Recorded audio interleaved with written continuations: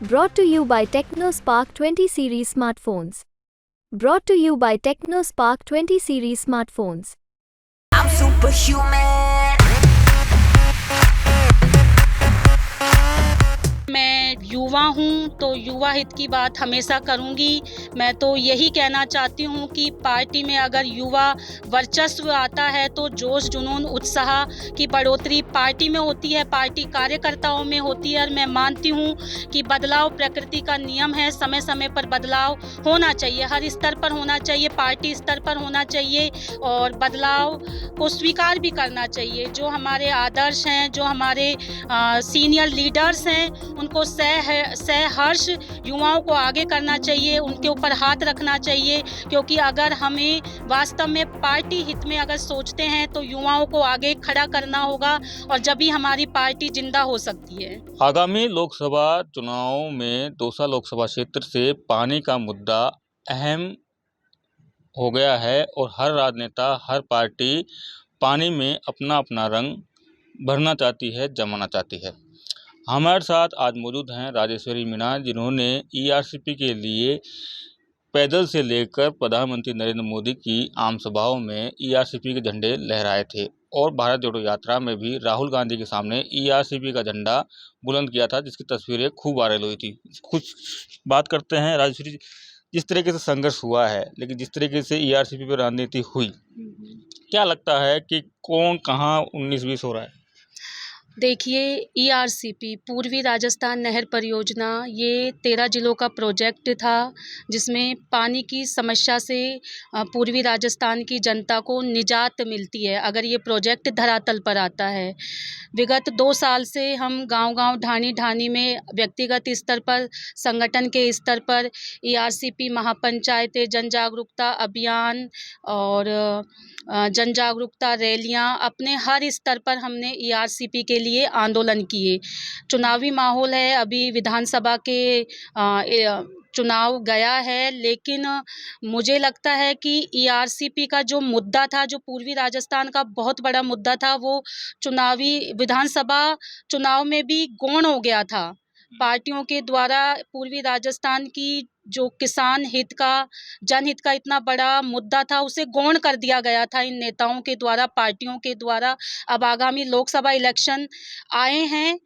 वर्तमान में हमारे यहाँ बीजेपी की सरकार है, जिनके द्वारा ईआरसीपी के मुद्दे को भुनाया जा रहा है। वोट बैंक के तहत इस मुद्दे को भुनाया जा रहा है, जैसे कि ईआरसीपी को परिवर्तित करके पीकेसी लिंक परियोजना कर दी गई है। लेकिन मैं आपसे यही कहना चाहती हूँ कि जो ये बीजेपी सरकार है, किसान हित के लिए एक बहुत बड़ा सौगात ईआरसीपी के रूप में पूर्वी राजस्थान की जनता को देना चाहती है। मेरा तो एकमात्र सवाल जो वर्तमान हमारी बीजेपी सरकार है स्टेट में, उनसे यही कहना चाहती हूँ कि ईआरसीपी को लेकर जो आपने एमओयू किया है, उस एमओयू पे साइन तो हुए हैं, लेकिन उसके अंदर क्या है अभी तक हमने संघर्ष किया है। हमारे पास लिखित में अभी तक ऑफिशियल कोई ऐसा लेटर नहीं आया है कि एमओयू में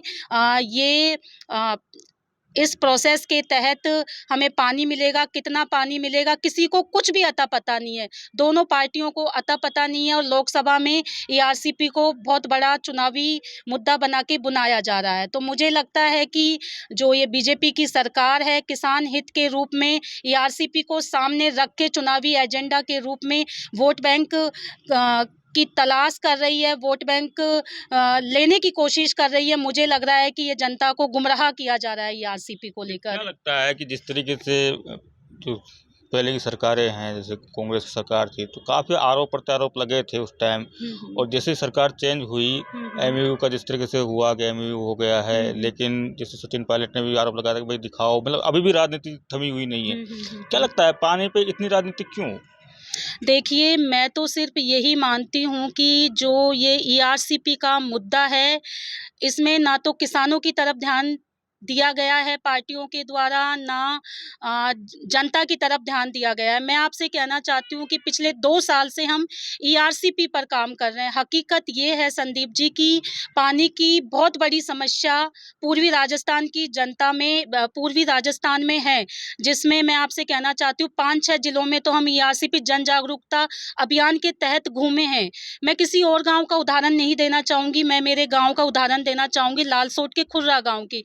मेरे गांव में पानी की इतनी बड़ी समस्या है, अगर बारिश हो जाती है तो हमारे गांव में खेती हो जाती है, अगर बारिश नहीं होती है तो हमारे तालाब नहीं भरते हैं पानी से और हमारे खेत सूखे पड़े हुए हैं। इस बार बारिश नहीं हुई है तो मेरे गांव में खेती नहीं है। तो मैं तो यही मानती हूँ कि जो ये पार्टियां हैं, ये सिर्फ ईआरसीपी हो या पानी का मुद्दा हो या कोई सा भी जनहित का मुद्दा हो, ये चुनावी टाइम में हर मुद्दे को भुनाने की कोशिश करती है और जनता टकटकी लगा के, उम्मीद लगा के इन पार्टियों की तरफ, इन नेताओं की तरफ देखती है, जबकि जनता को कुछ भी नहीं मिलता है। जनता सिर्फ गुमराह होती है इन पार्टियों के द्वारा।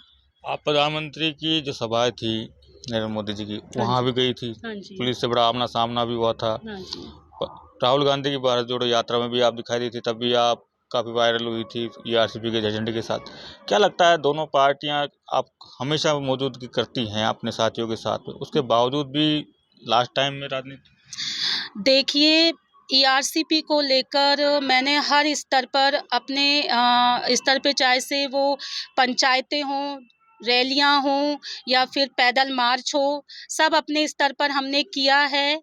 लेकिन जो पार्टियां हैं, जो हमारी पिछली सरकार थी, उनके द्वारा बहुत बड़ी बजट की घोषणा की गई थी, लेकिन ये बहुत बड़ा प्रोजेक्ट है, 37,000 करोड़ का बजट है जो राज्य सरकार के हाथ में नहीं है।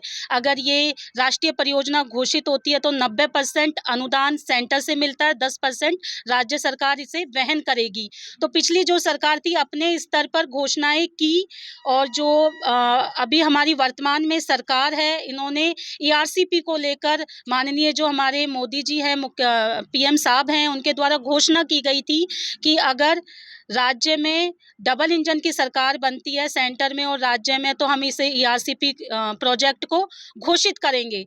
लेकिन मेरा मानना है कि बीजेपी के द्वारा अभी वर्तमान में एमओयू हुआ है।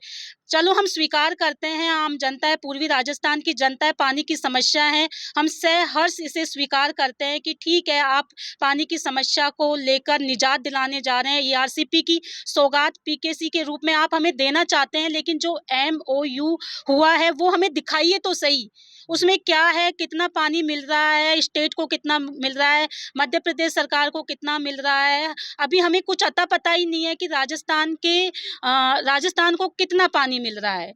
तो ये सब गुमराह करने की वो है। आप बताइए, जनवरी में एमओयू हुआ है और 3 महीने हो गए हैं, अभी तक हमारे पास ऑफिशियल कोई लेटर नहीं आए जिसमें हम देखें कि हमें कितना पानी मिल रहा है।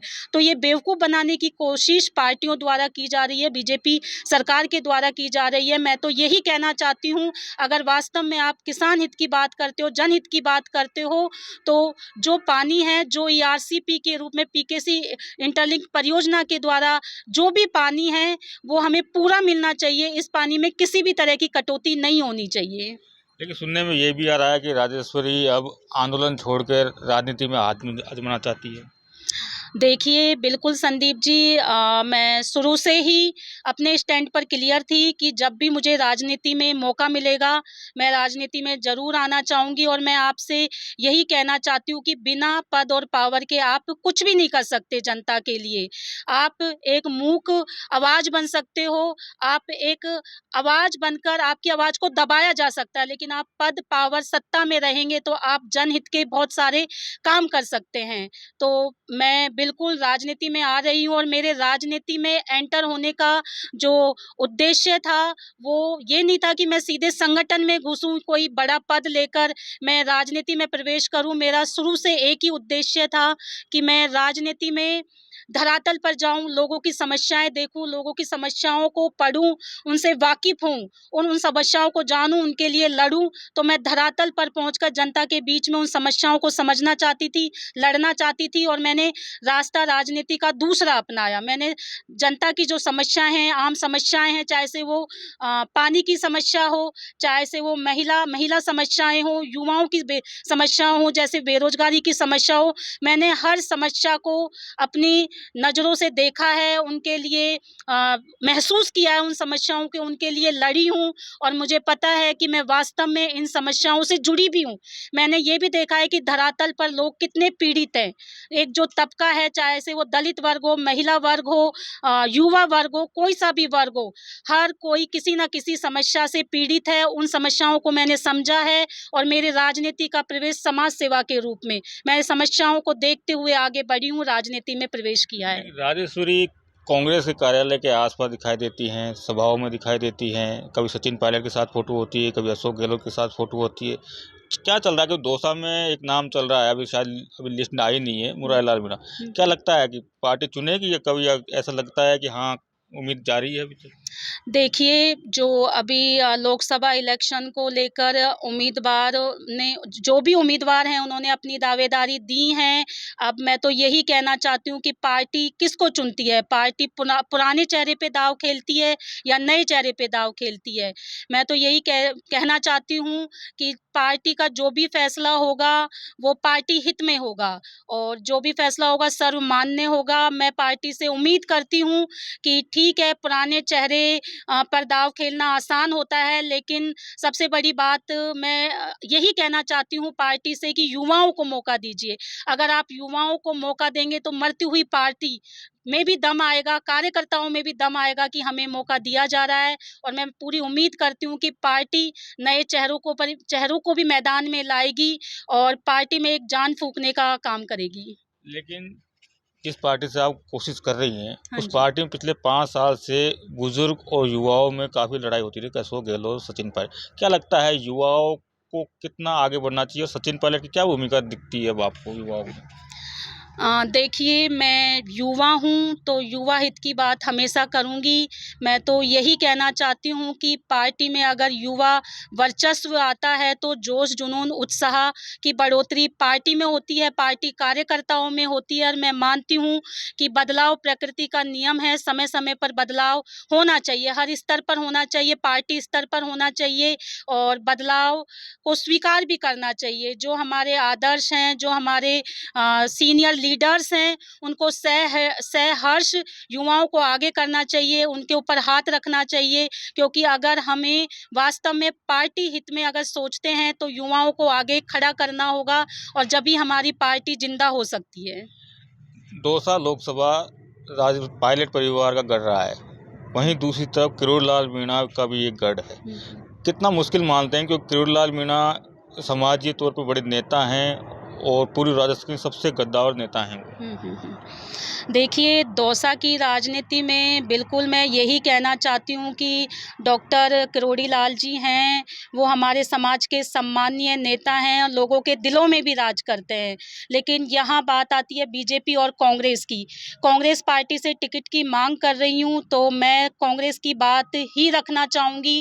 कांग्रेस पार्टी हमेशा किसान हित, जनहित, युवा हित की पार्टी है, हमेशा इनके मुद्दों को सर्वोपरि रख के आगे बढ़ी है। तो मैं तो यही कहना चाहती हूँ कि वर्चस्व किसी का भी हो, किसी भी व्यक्ति विशेष का हो, लेकिन कांग्रेस पार्टी से हूँ तो कांग्रेस पार्टी की नीतियों को चाहूँगी कि आगे बढ़ें, और जिसके भी नेतृत्व में जो भी सांसद प्रत्याशी के रूप में उभरें, उनके वो आगे बढ़े, और किसान हित, जनहित, छात्र हित, इन मुद्दों के साथ हम आगे बढ़ें। जरूर, धन्यवाद बातचीत करने के लिए। तो ये थी राजेश्वरी मीणा, जो साफ कह रही हैं कि राजनीति में युवाओं को अब बढ़ चढ़ कर आना चाहिए, क्योंकि आगे का भविष्य युवाओं का है। संदीप मीणा, दौसा, राजस्थान तक।